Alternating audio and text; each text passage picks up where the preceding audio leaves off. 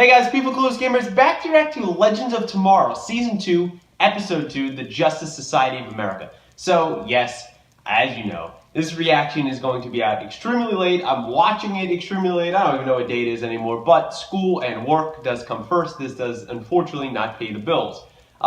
So, last week, we saw Oliver Queen start off the episode. A new professor, I forget his name, was introduced. He's kind of like a time historian, basically. He joined the team, and him and Oliver went down to a crashed ship in the middle of the Atlantic Ocean, which happened to be the Wave Rider. And they found Mick there, who was in stasis. He was injured, and he told the story of kind of this Nazi bomb thing that was going on that Damien Darhk was changing kind of, their actions changed the timeline. There was no one to protect time. Hence, it changed World War II. Hence, Damien Darhk was giving a bomb to the Nazis, working with them, and it was going to destroy New York City and a lot of other stuff happening. It was a really enjoyable episode.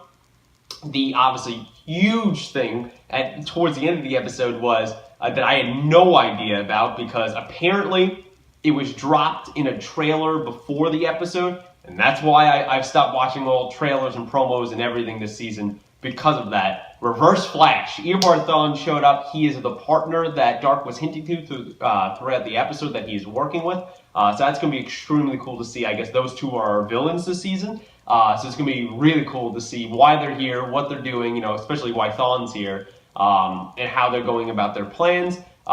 Rip kind of took one for the team once again in kind of back-to-back episodes, if you count last season's finale, where he got hit with the nuke. The Wave Rider did. Somehow didn't blow up, but he was dispersed throughout time, and they don't know where he is. The whole team was, but due to the historian's help and Mick's driving of the Wave Rider, they were able to find the team, kind of some hilarious things of where the team was throughout history. And, it was really fun. And at the end, we also got the Justice Society of America stop them from going back to the Wave Rider, and they're going to meet each other. So a great episode last week. Really looking forward to this one. So without further ado, here we go. There's Jess. Rex never mentioned any of it. Of course he would hit on Stargirl. Oh, okay. Interesting set of powers. I don't know who this guy is, but I'm sure they'll educate me. Wow. Damn. Okay, so he has something to do with kind of darkness. Okay, so what can this guy do? It seems very Daredevil powers like. Like his senses to sense the environment around him. Wow, so she split up Firestorm with that shot. Very interesting from Stargirl. Alright, so the JSA wiped the floor with them. Not really surprising. Very cool, kind of retro music going on here. I like it. And obviously, especially Stargirl's costume looks ridiculous, but they're supposed to be set in the 40s, so you forget. We got a question on. Alright, so Rex is the leader of the team. He doesn't remember what happened, probably due to time travel. North of us. How do you know that? Because he's a historian. Oh, maybe he's related to him. Alright, so what artifact does Thawne want that Hitler holds in such high regard? Interesting. He returns in 1942. The consequences. Okay, hologram? Or he just disappeared from the timeline. So there's some kind of time paradox thing going on here. Mr. President, sir. FDR? Direct line to FDR. I'm a big fan of the new Cool. Assumed I was in charge. Because you're the old white man. Because Mr. Tyler is from 1942, and you're some old white dude. Yep. Alright, so Martin taking over. Thank you all. That should go smoothly. So I haven't taken them off since I was a kid. They were here a minute ago. Now they've. So the timeline's changing again. Because you met him. Something changed. He didn't die when he was supposed to. Everything's effed up. The mission the GSA went on to track down Baron Krieger in Paris. It killed them. They're all gonna die there tomorrow. Yep. And grandfather too. Yeah, and then maybe he doesn't have a kid, and that's how the tags aren't passed out and such. Every single time our legends get involved in time that they're supposed to protect, they inevitably mess it up and have to clean up their own mistakes. Every single time. You're not exactly a wartime concierge. Come on, Gray. It's Captain Gray. No. Oh, shit. I'm glad it hasn't Yeah, it only took 5 minutes of showtime. The longest and the bravest of us die. Like Captain Hunter. Yeah. Or Captain Cold. I'm just trying to make sure you get home safe and sound. That's good, Sarah's being protective. He seems like... He does have a heart. Yeah, she does. It seems like he has some kind of scars on him that I guess we'll explain as we go along. Stein, he knows how to act in those situations. He did it last year, pretending to be, a terrorist when he was trying to get into that Savage auction. Does it again. Sarah, literally, Katie Lotz can wear anything and look good in it. Peace. No Negro music. Calm, you know it's the 40s, Jax. You know how it is. It sucks, but you know how it is. Krieger just arrived. Especially in Nazi Germany. Oh, Martin, I hope you're like Joe and you can sing. Music. Good song choice. QA. Watch me for the changes. I'll try to keep up. That's very Back to the Future. Alright, come on, Martin, sing well. I believe in you. Awesome. Yes. Alright, we're good. He's good. Oh, it's so fitting though that he's singing a song from The Sound of Music, which is set about Nazis. So that's really funny. Good. Martin, you bought us time. We're good. Good singing. Excellent. You even made a general cry. Good work. Man, he's good on the fly, man. Oh, shit. Do it. Do it. Do it. Do it. You did not salute your flag. God. To punch him. Come on, Ray. Every time he messes it up for our team, man. Yeah, it's a horrible thing to say because Hitler's a horrible person, but in that moment, just do it. Just act like it. Stein did it. Why you have to you just draw more attention. Well, thank you, Stargirl, for saving the day. Jax is so trying to get with Stargirl, it's just obvious. It's not even subtle, but every time, man, like, it's getting annoying. Where every single time Ray messes something up, and not even like for, even a Hawkgirl's reasoning last season was bullshit. In like, saving, Carter's mind and why she didn't kill Savage at the end of episode 13. At least there was some merit to that. But like, really, like, last season, Ray opens the cage for Savage just because he's antagonizing him a little bit. Now you can't just do, Heil Hitler, so you have to punch him and start this huge fight in a Nazi bar. Like, come on, Ray. Let's put it to a vote then. Aye. The ayes have it. You guys can't vote. It's them. Yes, we ready to go with first line. Stein, just because you're the leader doesn't mean that your team can't disagree with things, and of course he's going to take that personally. To go with your bruise? Yeah, there's something maybe about him being in the timeline that's affecting him. This isn't fragility. I know my cuts and bruises. Yeah. You're a hemophiliac. Ah. Doesn't clot, wounds can't heal, and if it's bad, you can bleed to death. Yeah. You don't have to worry about that. That's really bad. You could have been managing just fine without you. Yeah, but now you don't have Rip anymore, so you could use the extra... Yeah. You could use the extra knowledge. You're not really a hero. Ooh. Better get ready. Ouch. Yeah, I mean, their team works so much better than yours, it is scary. Alright, why do I feel like whatever weapon Thawne gave them to test out is going to be used right now? So, Martin's struggling with his newfound leadership abilities here. Holy crap. So what is it, like a super soldier serum? That's what he said, Thawne, right? Oh, okay, wow. He's become like a cave troll. Jesus Lord. You don't want to know. I think we have a new problem. Yeah. In the big Nazi brute. Wow. Damn, does he retain his intelligence? Oh my god. You gotta get him out of here. I just need a minute. Ooh.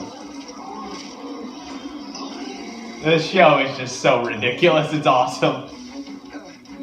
He's struggling with decisions. Get Obsidian. Nick, lay down fire. Okay, Obsidian's the other one. For now, they're on their own. Yeah, I do kind of agree with Stein. Clearly, he's obviously struggling with his newfound responsibilities, but I do agree with him that you don't know anything about this new Nazi super soldier, that they do have to, be left behind. We've seen that before in other shows, and you will come back for them, but teams not meshing together. Shit, that's right, they have the suit so they can upgrade the tech, just like in Season 1. God damn it, Ray. Yeah, well, Ray, your little crush here is gonna get you both in trouble. You know he's gonna kill us both. Oh, yeah. If you help him. Oh, yeah. Should have put Sarah in charge. You set your mind to. Good advice. From your own grandfather. How creepy is that? But You cool. don't have to be a soldier to be a hero. Exactly. Play to your strengths. You're a historian. Do that. Team really needs it right now without risk. I've watched her become a beating heart. Exactly. Sarah, I said from minute 1 of the episode, Person to lead us. she's the leader. That's She it. says that we are going to rescue our people. That is what we are going to do. Exactly. Get with the times, 40s men. Sarah's leading the team, and you're going to like it. Because she knows how to call the shots. She knows how to make the tough decisions. She's a tactician. She's trained in it. She's probably one of the most experienced on the team. She deserves to be in that position. She's willing to make sacrifices for the team. Back to work. That's definitely Ray's weakness.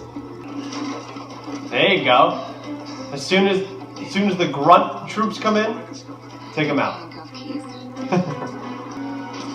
Oh, Ray, you're really gonna take the serum, man? That's crazy. Alright, so B-17s, the Legends, and the JSA coming down on this bunker. Good luck, Nazis. Not. Oh, shit. Super Nazi.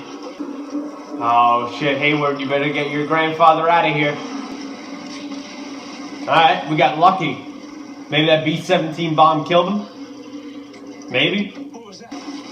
Holy shit. They should totally be dead. If that bomb directly dropped on them, they should totally be dead.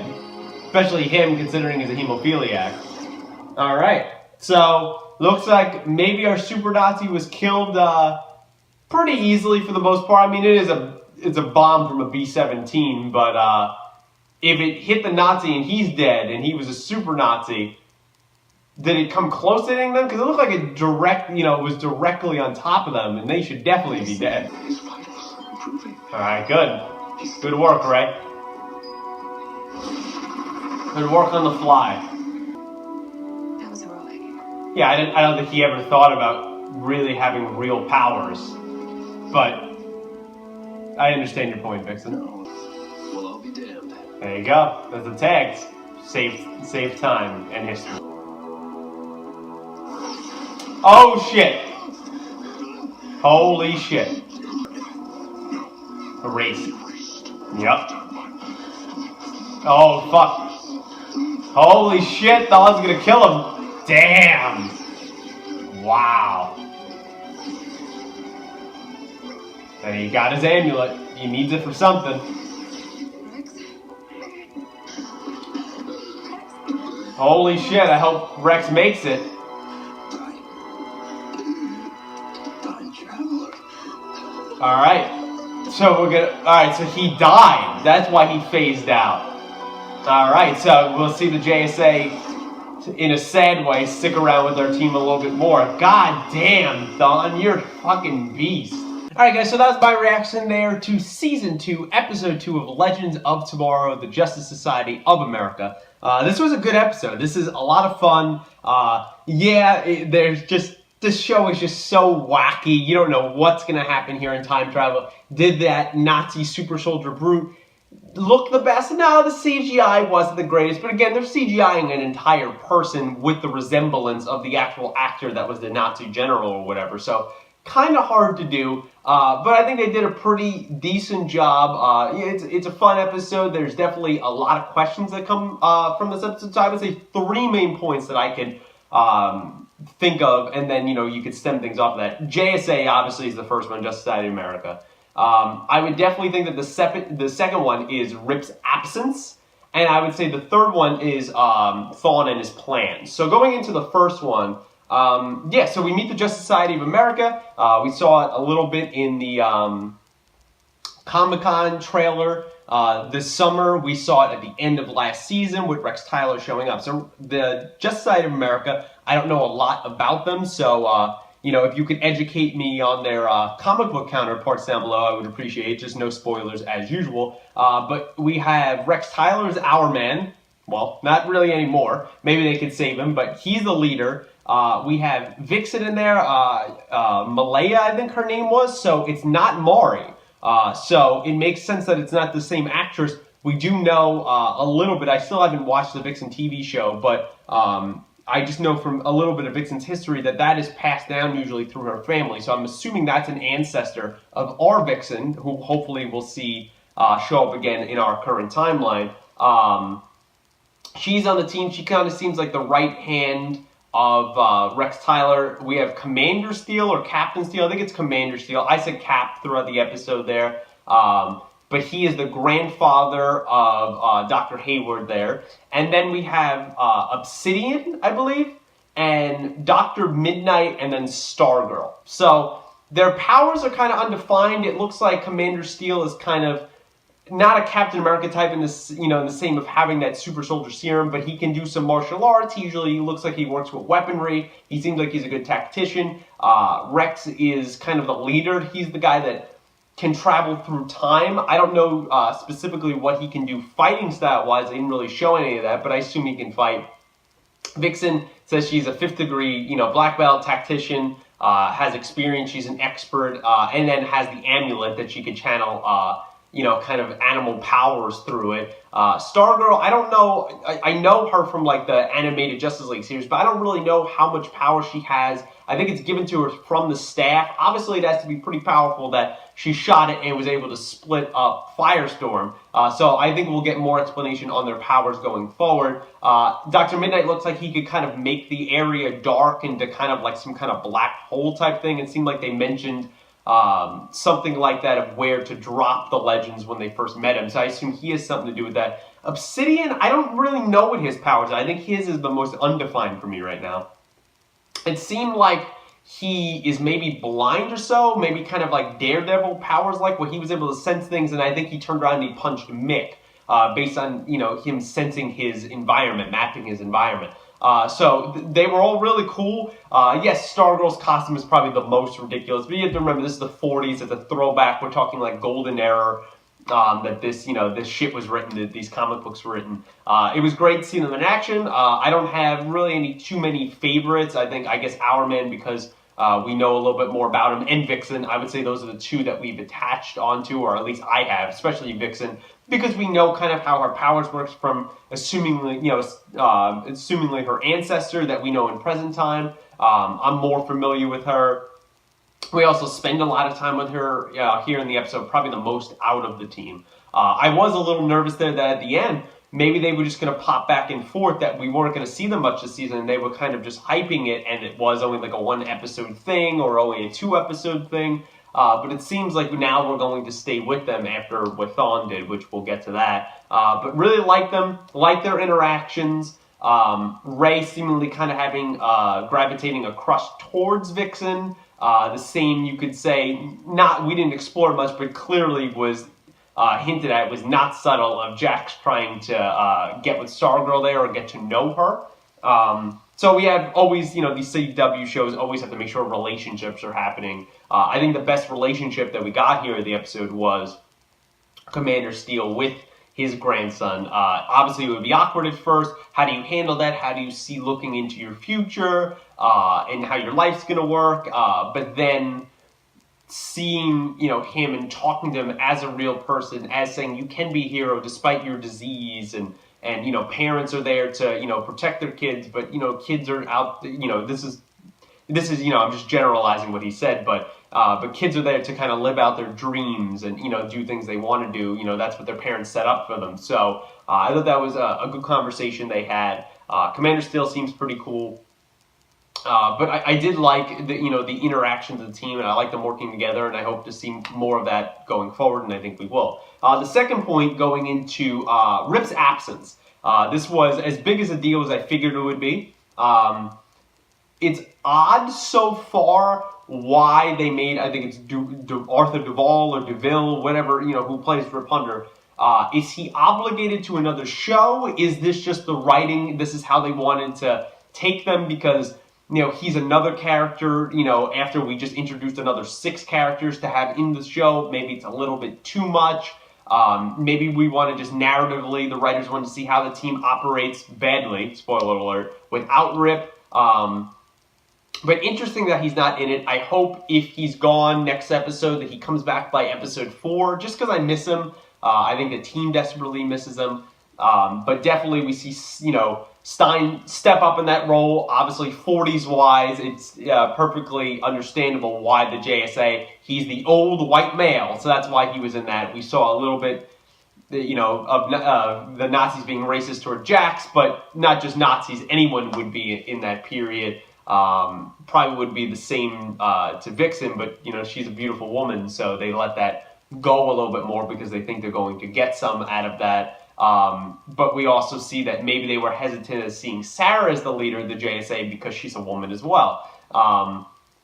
So it's all about, it reminds me of that, I think that Justice League episode where they go back and see the JSA, and I think Black Siren is not a villain like she is on Earth 2 and now it's stuck here on Earth 1. She was actually, I think, part of the JSA, and you can correct me if I'm wrong down below, but she was kind of in this subservient basically role as she fought, but she also cleaned the dishes and did all this other stuff. So it's very 40s mentality, but I'm glad that Stein realized that, hey, he let the power go to his head a little bit, but he realized, hey, I can't make those kind of decisions. I'm a scientist. I have to gather all the measurables, and then make a decision, kind of scientific method wise, and that doesn't work for a leader, especially a wartime concierge, as Jax put it, which is very funny. Made me think of Godfather. But someone that needs to make decisions on the fly, and Hunter, Rip Hunter said it last season. He needed Sarah captain the ship a few times in his absence, and he said, I need someone to make decisions on the fly, and no one's better than you. And she made a joke it's trained by the League of Assassins, not NASA. But she's the best. She's the best for that part. She arguably, I would say, is the most experienced being a hero or an anti-hero because she's killed a lot of people. Out of the whole team, she's obviously newer than Firestorm. She's been there, even this new Firestorm, but even before Stein, she's been more experienced than Ray. She's more skilled than Mick is. She definitely, obviously Hayward doesn't really have any experience there, but she has more experience than the rest of the team, so I think it's only right that she's the leader, and I am glad to see that, but hopefully we'll get Rip back soon. And then the third and final point here would be Thawne and his plans. So we know Thawne is working with Dark. We don't really know what. It seems like obviously they are trying to get the Nazis to win the war. So they must have some stake in that. Thawne must have told him of what it could change for them in history. They're kind of trying to rewrite it as Savage was, which I think is kind of cool. It also reminds me of that Justice League animated 3-part episode of Savage, but when he took over in World War II. But it's funny that they made seemingly, I think, a reference to Back to the Future when Stein was on stage. They had the Sound of Music. So how much, so references are great and all, but how much is Thawne going to change this timeline here with Dark? It looks like he killed Hourman at the end. He said that they fought many times until he finally got him in that moment, and that's how he was erased. We got a little more of that conversation of the finale of last season. He was erased from God because he killed him back in the past. So a whole bunch of confusing paradox things going on, but that's why he didn't remember him, because that's not the same Rex Tyler, because he was dead at that point. We just didn't get to that point. So very confusing, but very cool time travel. I can decipher what's going on, and as long as I can decipher something, kind of unlike Time Remnants, which really made no sense in The Flash last season, this makes a little bit more sense. It's just, kind of straight up time travel. Even though it's confusing, it is, decipherable. But it is awesome to see Thawne. As always, he's an a-hole, but he is helping the Nazis. He gave a little bit of a super soldier serum. Why did he want the amulet, I would say, is the big question. The amulet obviously maybe is some kind of key or something, usually, if you think of Indiana Jones, to some kind of tomb or a vault. What is it? What does it do? Is it a bargaining chip for, in Hitler's plans?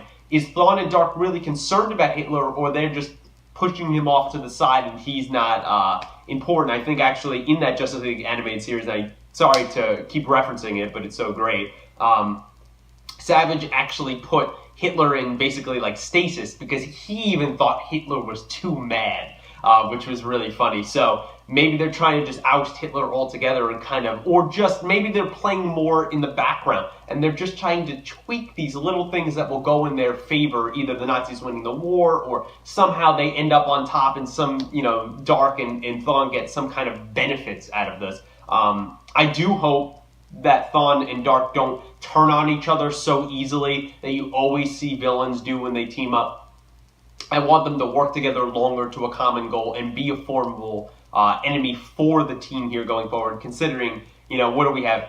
5 or 6 legends and another 6 JSA, now 5 seemingly that, our man is dead. There's a lot of people to contend with against only 2 people. It only makes sense that they be a united front. They have the Nazis on their side, but also the JSA and Legends, if we stay here in the 40s, have the Allies on their side. So I would say that the access powers of Thawne and Dark are significantly at a disadvantage. And in history, that would be a good thing. But for the show, you want to kind of see a balance here. But I am definitely interested to see about him going forward and his plans and Dark's plans, how all this meshes up, how the team, both teams interact with each other, what inevitably new relationships will be formed.